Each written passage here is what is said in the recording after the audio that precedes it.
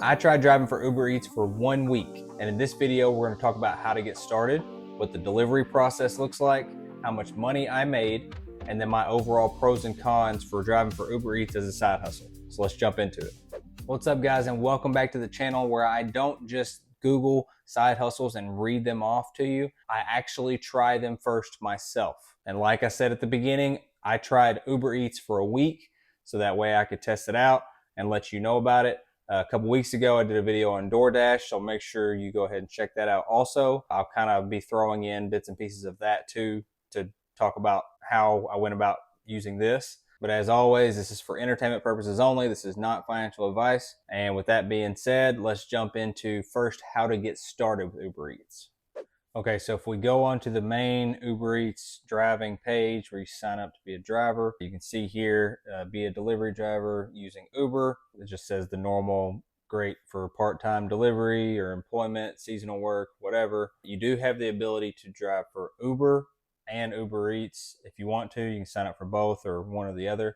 I don't want people in my vehicle, so I didn't sign up for the Uber part, and there's additional steps that you'll have to do with vehicle inspections and stuff like that if you go that direction. But I just did Uber Eats, so that's what we're talking about here. Just a quick breakdown, talking about getting paid to deliver.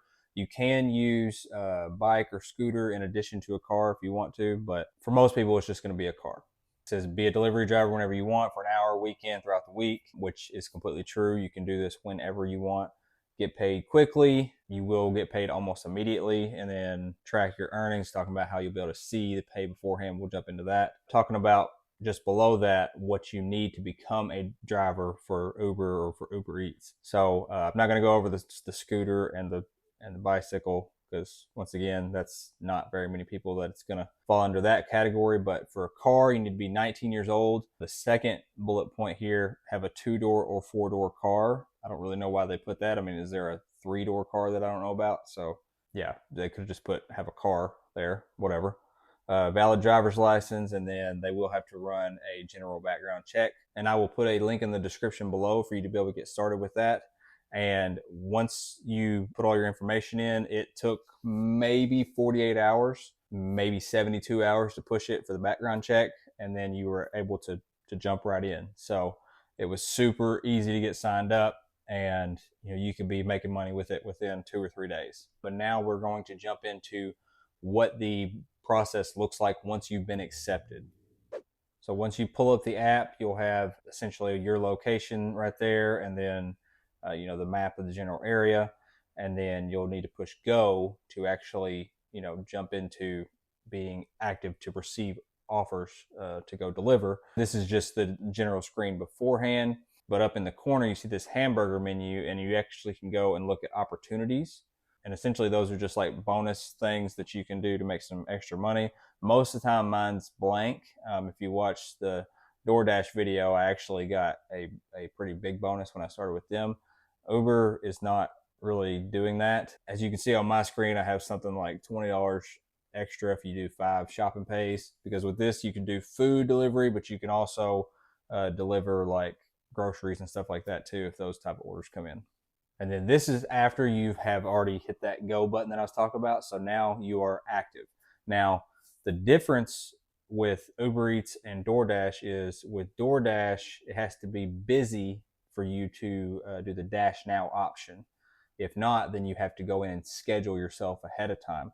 With Uber, the one big benefit with Uber Eats is you can drive anytime you want. So there's no restriction on it.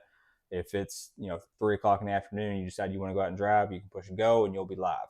And then on the screen here, you can see this little orange icon. It looks like a little store. That is a hotspot essentially. So that's where they're getting more offers than usual, I guess.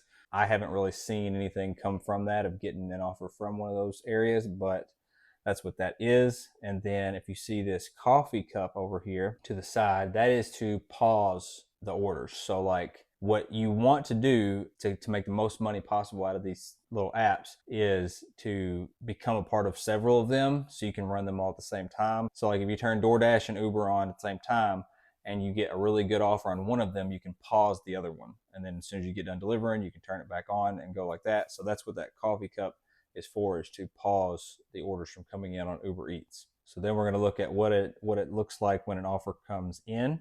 So this offer is terrible, so I didn't accept it, but this is just to give you an idea of what it looks like. So when an offer pops up, it's going to show you total amount here that includes the tip. So like I said, this is terrible. And then it gives the amount of time it's going to expect you to complete it in, 21 minutes, the distance, and that is from where you're at to whatever restaurant you're going to the customer. So 6.8 miles here for $2.65. Not a chance I'm doing that. And then it gives you essentially the address of where you're going to be going, and then a general area of the other place of the delivery. And then this little bar here, this delivery bar, is essentially your time to accept it. Once you click accept on an order, then it does have built-in GPS. So it's going to automatically start navigating you to the restaurant where you need to go. So that's super convenient. You don't have to go into a separate app and pull all that up. Once you get to the restaurant, right here, you'll have their name and how many items they have, and then when it's expected to be delivered by. And so if you click, not verify this order, but if you click this little arrow here to see what the items are, then it will bring up the full order. So, you know, it shows you the different things that they ordered, and if it's not ready there, you have a button for that. You can report issue. It shows you if they have drinks and different stuff like that. Once the order's good and you verified it with the restaurant, then you'll click the verify order button, and it'll open up this little bar at the bottom here for you to complete the pickup process. So you just literally slide that over, saying that you picked up the order, and then it will start the navigation to the person's house from that point. And then once you get to the person's house, then it has your instructions. So you see drop off type, it says leave at door. One of the big problems that I had with delivery apps was I didn't want to have a lot of interaction with people. And then I was pleasantly surprised to find out that most people don't want to have interaction with you either. So most of them have leave at door. Some of them do have, like, you know, meet outside or whatever else. And then they have a note from the customer that said, please ring the bell. When it's a leave at door, what you'll do is you have this take photo button right here. So you'll take the order up to their door, sit it there, and then click that button. It'll bring up your camera automatically, and you just take the picture of the order in front of the door and submit that. And then once you've submitted that photo, this tab right here at the bottom that says complete delivery, that'll light up to where you can slide it and complete your delivery, and then you get paid. And if you like the information I've given so far in the video, please don't forget to give the video a thumbs up and subscribe to my channel so you can continue to support this and help this channel grow. So now we're going to jump into the earnings. And so this is a disclaimer on this part. Like I said earlier, I did DoorDash at the same time as I was doing the Uber Eats. And the reason for that is, and one negative, is that DoorDash has a pretty good hold on the food delivery market. You know, this is particular in my market, but I've heard that it's kind of this way everywhere, as in the majority of your orders are going to come from DoorDash. So I would say that probably for every 10 DoorDash offers that dings on my phone, I get 1 or 2 Uber Eats orders. With that being said, that's why I said to make the most amount of money possible, you want to be running them both at the same time. So that way you can pick the best ones that come in and pause the other one. So with that being said, with the earnings, understand that this 7-day period, I was not just running Uber Eats orders. I'm only going to show you the money from the Uber Eats orders. These numbers are in addition to what I made with DoorDash. Also, let me go ahead and say that I do not do this all day long. This is doing an hour to at max 2 hours at lunch, and the same thing at supper time. So I'm only doing this for 2 to 3 hours each day at a max of 4 hours, but really in that 2 to 3 hour range. So just understand that with these numbers. So on the first day, I made $9.50. That was only like one order. And then day 2 went up to $13.67. Then day 3 was the offers clearly was better on Uber Eats than DoorDash. So I ended up taking several of them and made $35.33. And day 4, 0. That's because since I'm not doing it all day long, I only have a certain amount of opportunity to take orders. Clearly DoorDash was sending in better offers that day. And so I ended up not taking any Uber Eats ones. So 0 there. Uh-oh, I don't like this trend. 0 on day 4 and day 5. Hope it gets better. Day 6, $22.27. So Uber Eats was sending better offers that day. And then the last day was $9.03. Adding those 7 days all up together, that brought us to $89.80. And that is in addition to everything that I made with DoorDash during that same time frame. So an extra $90 for that week, not bad at all. And we'll get into a little bit further details of how much time I spent doing that. And then we have what nobody wants to talk about, which is expenses. And I'm talking about the immediate expenses that you can directly calculate.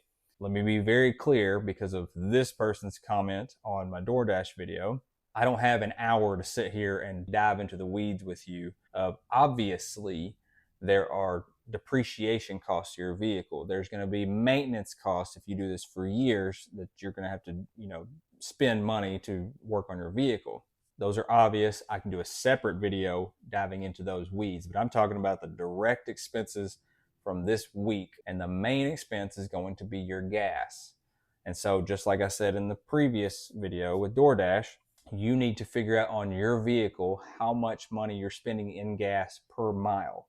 Because when you see these orders come in and you see that the order is $10 for 5 miles, you need to be able to know how much 5 miles is costing you in gas. Once you backtrack that, like I drive a Tacoma, so it's not as bad on gas as a full-size truck, but it's not nearly as good with gas as a car. So I figured out that it cost me roughly 17 to 18 cents per mile in gas. So you need to do that calculation with your vehicle. If you have a small car, that is best case scenario, because that's less cost on you, which means more money in your pocket. So as far as expenses go, I spent just under $6 in gas costs on these orders. That brought me almost $90. So that leaves a profit of $84.02. Not bad at all. Obviously, for that person that didn't understand, they're obviously long-term costs. We'll do a separate video on that. And speaking of expenses, one thing that you do need to start doing immediately is to track your mileage and keep your receipts for gas and stuff like that. So that way you can deduct that later. This is not tax advice. This is entertainment purposes only. But at the end of the day, this is going to be income. So you're going to have to pay taxes at the end of the year. And the federal government gives you, this year, I believe it's 67 cents per mile in deductions on your taxes. So it's a big deal to track the miles that you're driving for this business, because then you're able to reduce the amount that you're having to pay taxes on. Now, it may seem super difficult, like how do I keep up with, I want to write down every time that I go out on a drive and when I'm going out on a drive and it's not for this and whatever else. Well, there's actually a super simple app. There's several of them, but there's one that I prefer that will automatically track all of this. So you get in your car, you do your drives, you get home, and you can literally just swipe if it was a personal drive or if it was for driving for Uber or DoorDash or whatever. It's super easy. When you go to the gas station, you can take a picture of your receipt and you can upload it into the app where you don't have to keep up with it. It tracks all of that. So at the end of the year, it's super easy for you. And I will link that in the description below. So make sure you check that out, because that will be a huge benefit for you. But now that we've done all that, let's go ahead and jump into my pros and cons of driving for Uber Eats as a side hustle. So we're on my pros and cons screen here. Pro number one is it's super easy to start. Other jobs, you're gonna have to go through a couple weeks of interviews and different stuff like that, sign up. As far as a side hustle goes, within 2 or 3 days, you're rolling. So it cannot be any easier to start. Don't forget the link in the description to do that and get started. It was the same with DoorDash. All these are super easy to jump into. Second pro is it's a very simple job. I mean, it takes almost no effort. Like you get in your vehicle, you turn the music on, your podcast, whatever, drive up to the restaurant, grab it, go, drop it off at the door, get paid. It can't be any more simple than that. And you work when you want. And like I said, this was the one area that they have DoorDash beat big time. There is no, scheduling yourself or anything like that. It is literally whenever you want to go drive, you can drive. So huge pro there. And then the payment is immediate. And when I say immediate, they're going to send you a card in the mail, like a debit card, and literally when you finish Ubering for that day and you click, off of it, it is going to immediately send that money to that card, and you can go to the ATM and withdraw it, or use the card like a normal debit card if you want to. But you don't have to wait a week or two to get paid. It's immediate. So there's really not any bigger pro than that. But like with everything else, not everything is perfect. So there are cons to this side hustle. Con number one is your income is dependent on a lot of outside variables that you don't have control over. The restaurant, the time that they take to get the order ready, that's out of your control. How much people are wanting to pay that day, whether everybody's tipping good or nobody's tipping, you don't have any control over that. So you are depending on outside variables, and that affects how much money that you can make. It's completely different if an order is $6 for 3 miles and you can walk in the restaurant and grab it and go, you may be willing to do that. But if it's $6 for 3 miles and you go to that restaurant and it takes them 15 minutes to get the food ready, so you're sitting there and then you take it, then it's no longer worth it. So that is one con, is your income is dependent on outside sources that you have no control over. So that's number one. And number two is there are not enough orders with Uber Eats. So depending on how many Uber Eats drivers there are in your market, if there's not enough orders to go around, then that can be a big negative because you're not getting enough opportunities, let alone enough good opportunities. So that can be a negative, but the way that you offset that is to have the other apps running at the same time. So that way it doesn't matter if there's not a lot of orders coming in, because you have them coming in over here on this other side. So that is a con that you have somewhat of an ability to get around. But if you're just driving for Uber Eats, that is a problem. And I'm not 100% sure that Uber Eats isn't the number one app in your market. It may be, but from everything that I've kind of seen, DoorDash is kind of the number one on that, and they get the majority. That is the pros and cons of this as a side hustle.